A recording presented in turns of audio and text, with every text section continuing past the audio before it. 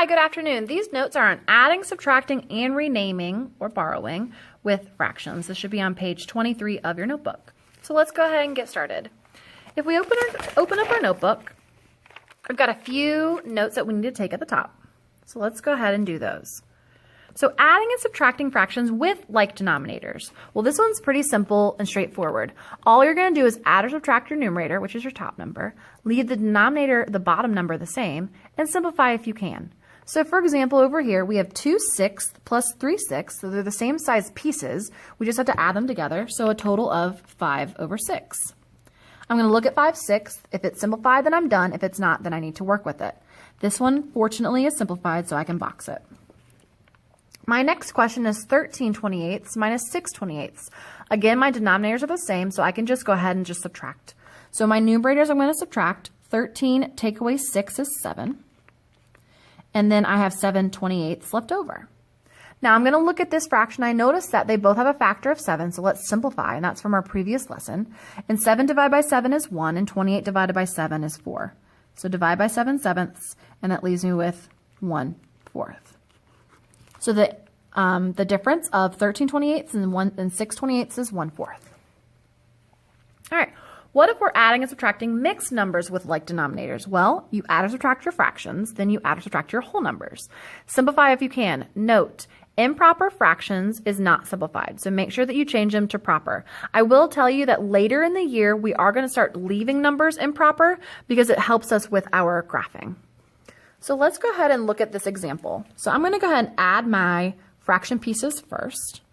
And it actually doesn't matter if you add your fraction pieces first or your whole numbers first. So 2 and 3 make 5. And then 3/7 plus 2/7 is 5/7. I look at my fraction piece. I can't simplify it anymore so that I know that I'm done. So 5 and 5/7. So that one was pretty simple. All right, this one right here. So I've got 15 and 7/8, take away 3 and 3/8. Well, 15 take away 3 is 12. And 7 take away 3 is 4.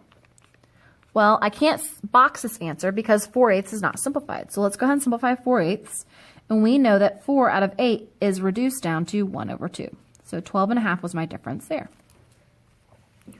Well, what if I'm adding and subtracting with unlike denominators? So this is where you're going to have to find that least common denominator. So that LCM of your denominator, which we practiced in our previous unit.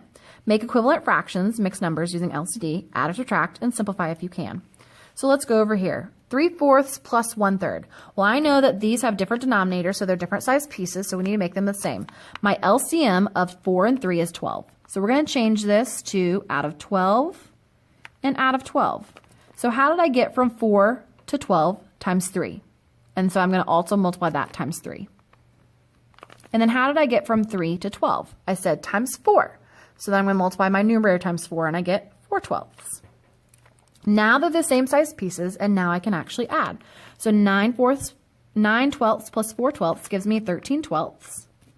But we are not done here because we need to change it to a mixed number, and that gives me 1 and 1/12. All right, and then we've got this subtraction piece right here. So a denominator of 5 and a denominator of 3 has a common denominator of 15. So I'm going to change these both to be a common denominator of 15. How did I get from 5 to 15 times 3? So 4 times 3 is 12. How did I get from 3 to 15 times 5? So 1 times 5 is 5. And then 12/15 minus 5/15 is 7/15.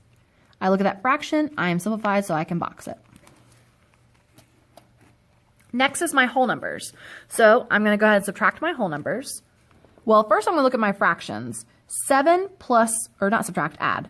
7 plus 1, I know that I can, well, I can't do that yet because my denominators are not equivalent. But what I can do is go ahead and add my whole numbers. So I know I've got a whole number of 3. But then I have 7/9 plus, I need to make this out of 9, so 3/9. So there are my whole numbers together, and then I need to add my two fractions. So 7/9 plus 3/9 is 10/9, so 3 and 10/9. But we know that this is incorrect because you can't have your numerator bigger than your denominator to be proper. So then we're going to take a 9/9 out, which gives me one extra whole. So that leaves me with 4 and 1/9.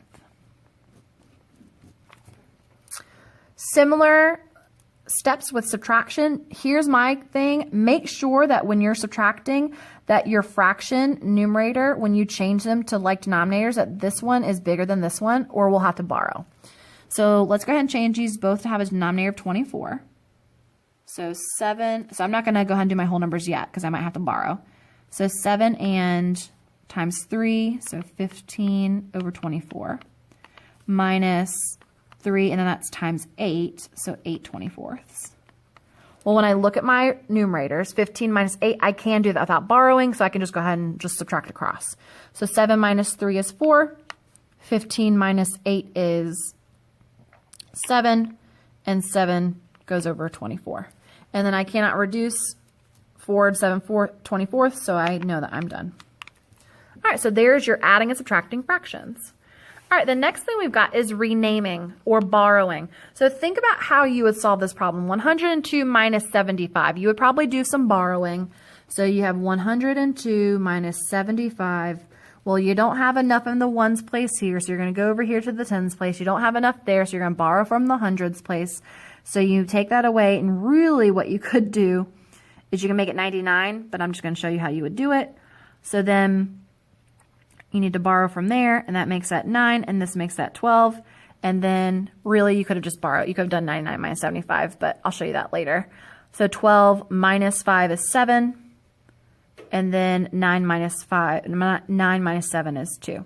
So you do some borrow. Well, we're going to do some borrowing in our fractions. So how do you do it? You find a common denominator, you check the fractions. Can you subtract or do you need to borrow? If you need to rename the fraction an improper fraction by borrowing from the whole number, subtract the fraction from the fraction and the whole number from the whole number, and make sure your final answer is in lowest terms. Okay, I'm going to actually show you 2 ways that you can actually do this.